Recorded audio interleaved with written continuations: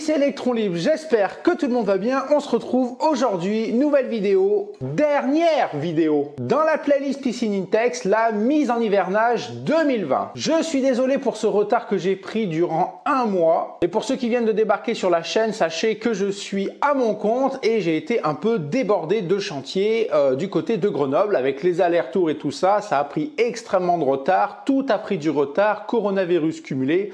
Et du coup, il a fallu que je fasse un choix entre mon entreprise et YouTube qui, je rappelle, n'est pas mon métier. Je ne suis pas YouTubeur. Donc aujourd'hui, avec un petit peu de retard, on va faire enfin cette mise en hivernage 2020 et on a de la chance parce que ces 3 dernières semaines, il a fait un temps tout pourri et là aujourd'hui, il fait beau, donc il faut en profiter pour faire un petit peu de tournage en extérieur. Sur ce, on ne perd pas de temps et on se retrouve dans la zone Piscine Intex pour commencer cette vidéo.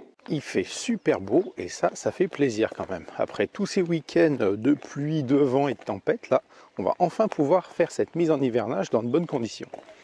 Allez, c'est parti, on y va. Dans un premier temps, on va déjà ouvrir la sonnette pour voir un peu l'état du bassin. Est-ce que ça vaut le coup de passer un petit coup d'aspirateur afin de faire tout propre nickel avant la mise en hivernage? Que je rappelle pour ceux qui viennent d'arriver que moi j'aime bien faire tout propre avant de clôturer la saison. Donc c'est parti pour l'ouverture de la sonnette. Hop.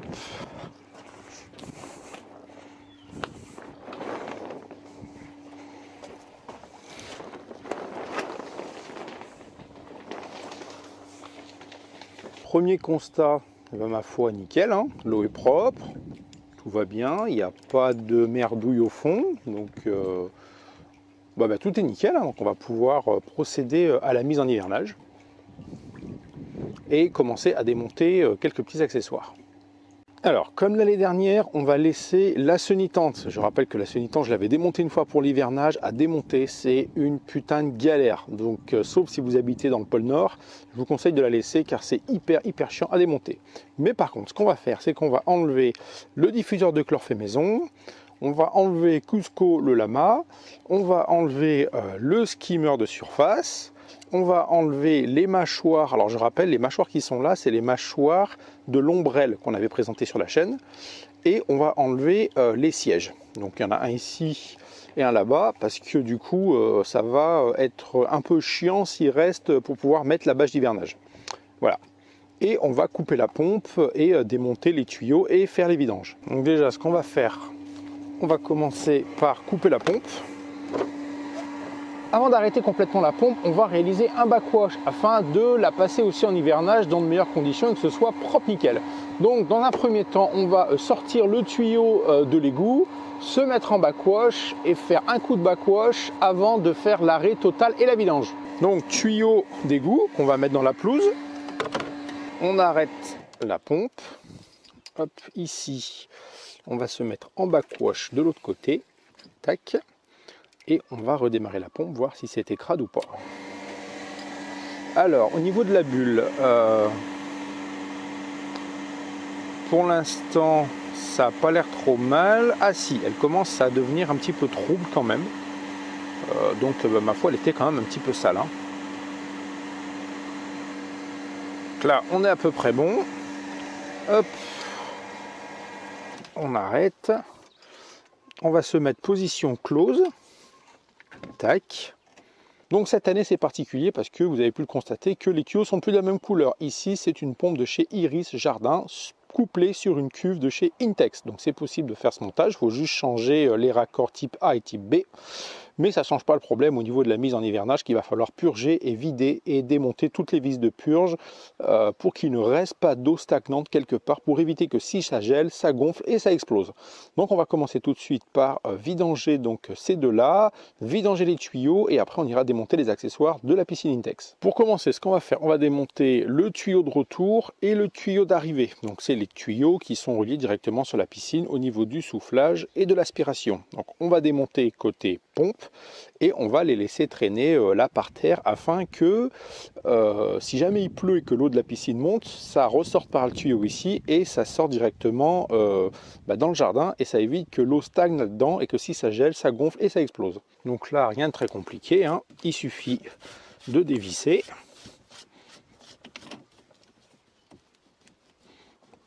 Voilà. Donc là, ça coule, vous inquiétez pas, parce que c'est le tuyau de soufflage. le tuyau de soufflage qui est branché là-haut. Alors ça s'arrêtera de couler quand le niveau de l'eau aura un petit peu baissé et qu'on sera juste en dessous du niveau du coude. Donc là c'est normal. Maintenant, pour éviter de vider la piscine à moitié et que le PVC reste à l'air libre, ce qui n'est pas très bon, ce qu'on va faire, c'est qu'on va mettre un petit capuchon ici pour éviter que la piscine se vide jusqu'à ce niveau-là. Donc le bouchon, c'est les bouchons qui sont fournis directement avec la piscine Intex quand vous l'achetez, mais vous pouvez aussi les trouver au détail, que ce soit chez Raviday, Iris Jardin, même des fois à Leclerc ils en ont. Donc là rien de très compliqué, il suffit de le mettre à l'intérieur. Donc là on va démonter notre skimmer de surface déjà dans un premier temps. Hop. On enlève le raccord et on va mettre notre petit bouchon tout simplement en appuyant comme ça. Il n'y a rien de très compliqué. Et on pousse afin qu'il soit bien en appui au fond, en contact de partout. Et après c'est juste la pression de l'eau qui va le maintenir en position.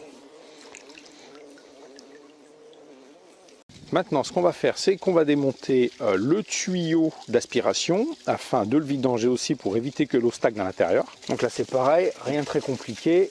On dévisse les raccords, que ce soit Iris Jardin ou Intex, ma foi, kiff-kiff, hein, suffit de dévisser.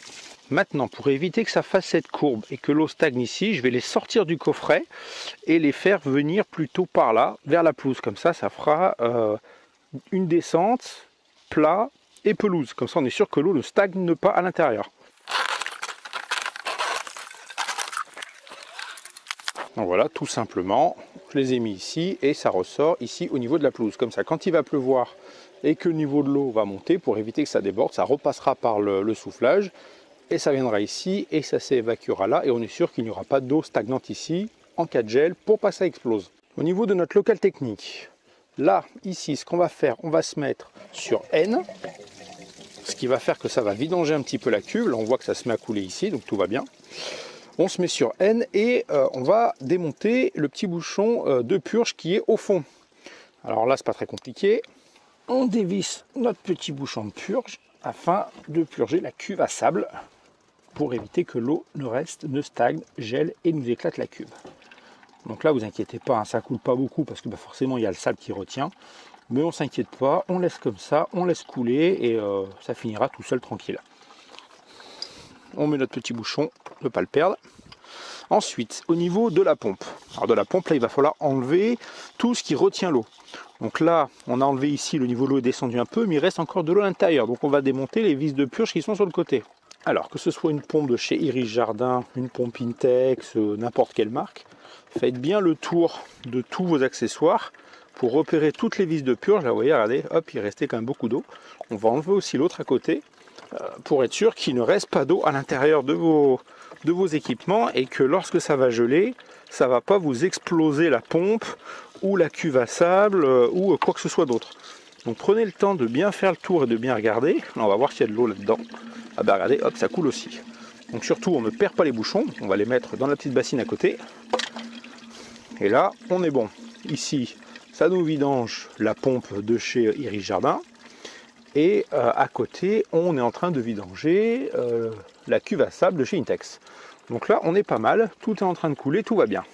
Donc maintenant, ce qu'on va faire, c'est qu'on va démonter les accessoires qu'on a mis autour de la piscine. On commence par notre skimmer de surface.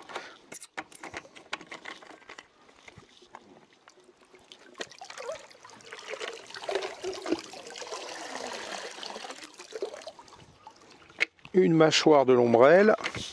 Un siège, ou plutôt le banc d'assises de chez Intex.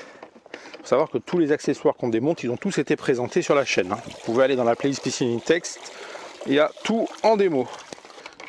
Relais mâchoire, ça va relativement vite, hein, de toute façon. Hop, il en reste encore une. Hop, la dernière mâchoire et le deuxième banc d'assises. Alors le banc d'assises, j'étais un peu pas très optimiste au début hein, quand j'ai commandé ce truc. Et finalement, c'est pas mal. C'est pas mal du tout. Je le remettrai l'année prochaine parce que c'est vraiment sympa.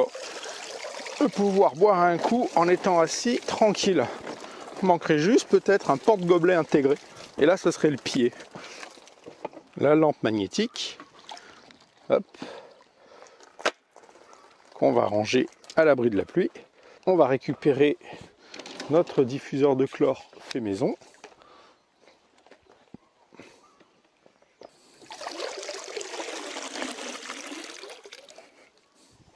Et on enlève Cusco le lama.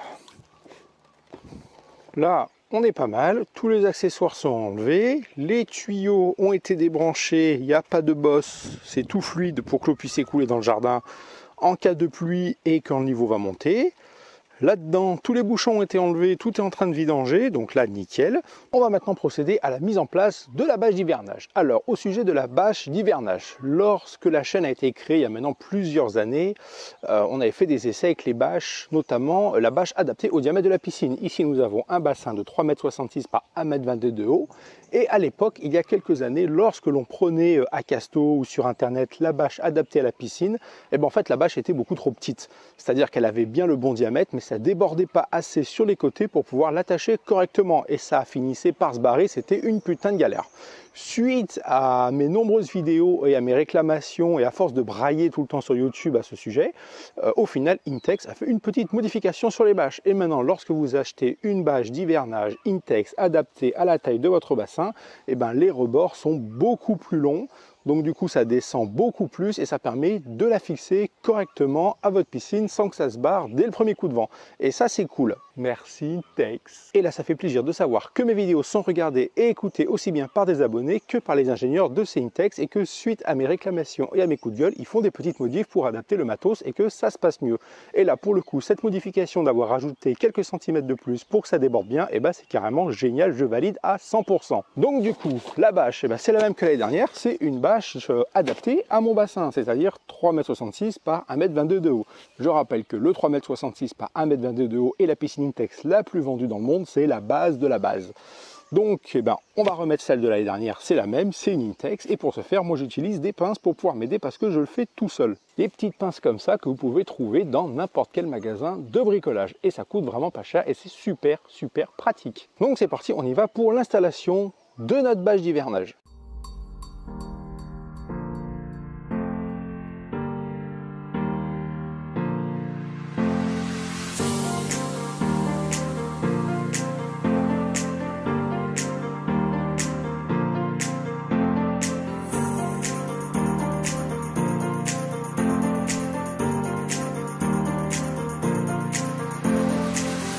Maintenant qu'on en est là pour maintenir cette bâche d'hivernage correctement, je rappelle que la petite ficelle qui est vendue d'origine avec la bâche Intex, ça sert à rien, c'est de la merde.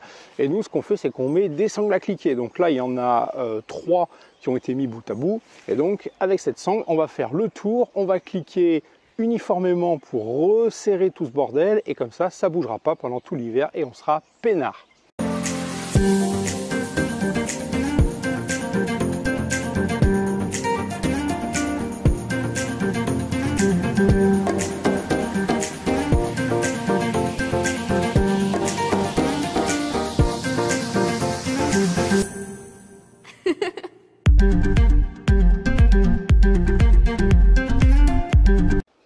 Là, on est pas mal. On va cliquer uniformément les 3 sangles aux 3 points afin de pouvoir faire un cerclage uniforme et homogène pour que ce soit à peu près la même pression partout pareil.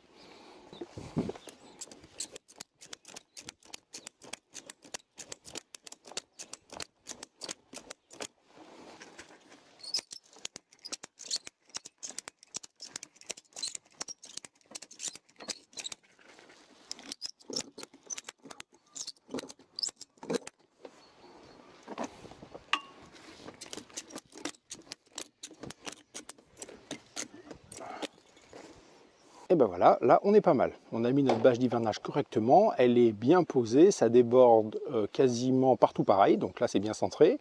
Notre sangle à cliquer qui fait le tour, ou plutôt nos 3 sangles à cliquer qui font le tour, on a cliqué à peu près de la même force partout, donc là on est pas mal aussi. La bâche Intex, il y a des trous, vous inquiétez pas, les trous c'est fait exprès, comme ça quand il pleut, l'eau passe dans la bâche.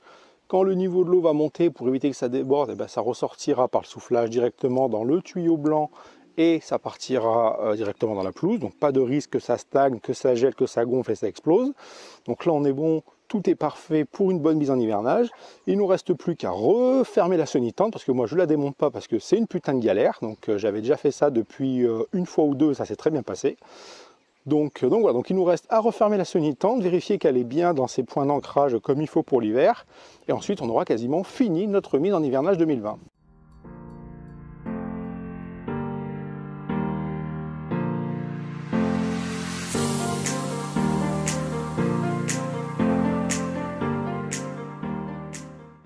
De la sonitante et de la piscine Intex et de la bâche d'hivernage, là on est bon. Maintenant on va s'occuper de refermer le local technique et de ranger les puzettes et le balai aspirateur. Avant de refermer le local technique, on n'oublie pas de graisser tout ce qui a été démonté et qui comporte un joint.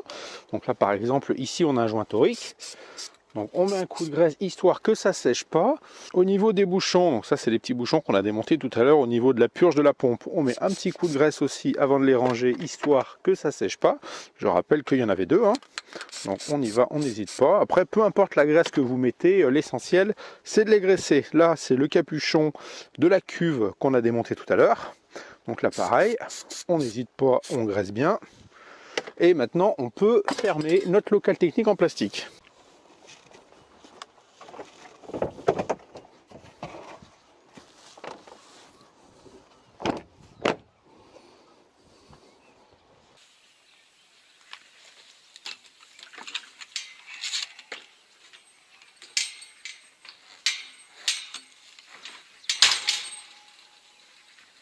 Au sujet de l'épuisette et du balai aspirateur, n'oubliez pas également de les ranger à l'abri parce que lorsqu'il pleut dessus et qu'il se met à geler pendant la nuit, le filet ne supporte pas du tout la glace ni le poids de la neige et ça finit par le craqueler et il se bousille beaucoup plus vite que prévu. Et au niveau du balai aspirateur, vous voyez peut-être pas les conséquences tout de suite, mais lorsque vous allez le réutiliser la saison prochaine, et en fait quand vous passez le balai au fond de la piscine, tous les petits poils ils se barrent, ils se mettent à flotter de partout et c'est une putain de galère. Donc mettez ces deux accessoires à l'abri de la pluie et du gel et ça vous évitera des galères et surtout d'en racheter un autre l'année prochaine alors qu'ils peuvent durer quand même assez longtemps si on en prend soin. Voilà les amis, c'était l'avant-dernière vidéo de la saison 2020. Nous venons de faire la mise en hivernage et la dernière vidéo qui va arriver tout de suite derrière, c'est mon retour suite à l'utilisation de la sonde IoPool pour une saison et au niveau de la consommation des produits de chez IoPool. J'espère que cette saison vous aura plu. Vous avez pu constater, si vous êtes un nouvel abonné, qu'il n'y a pas besoin d'être un ingénieur de la NASA pour s'occuper d'une piscine. C'est plutôt tranquille, cool, il suffit juste d'avoir des bonnes bases et un bon retour d'expérience. Je vous incite donc grandement à regarder et à parcourir l'ensemble des vidéos de la playlist Piscine Intex sur la chaîne YouTube Electron Libre avant de poser vos questions, ce qui évitera les répétitions et de répondre tout le temps aux mêmes questions qui sont assez récurrentes. J'espère que cette saison vous aura plu. N'hésitez pas à réagir, à me dire comment vous l'avez trouvé, ce que vous aimeriez comme prochaine vidéo pour la saison prochaine, ou s'il y a des trucs que vous avez envie de discuter, il n'y a pas de problème, on essaiera de faire un live d'ici peu. N'hésitez pas à me laisser les petits pouces en l'air, c'est cool, c'est gratuit, ça fait plaisir et ça permet à Bibi d'être motivé à faire d'autres vidéos. Allez vous promener dans la playlist Piscine Intex ou les autres playlists de cette chaîne, il y a sûrement un petit truc qui peut vous intéresser. Et quant à nous, on se retrouve vendredi prochain, 18 h pour une nouvelle vidéo. Allez, à plus les amis, bye. Et je déclare avec un mois de retard la saison Piscine Intex officiellement fermée et la saison de la raclette et de la fondue officiellement ouverte. Et ça, c'est carrément trop de la boulette.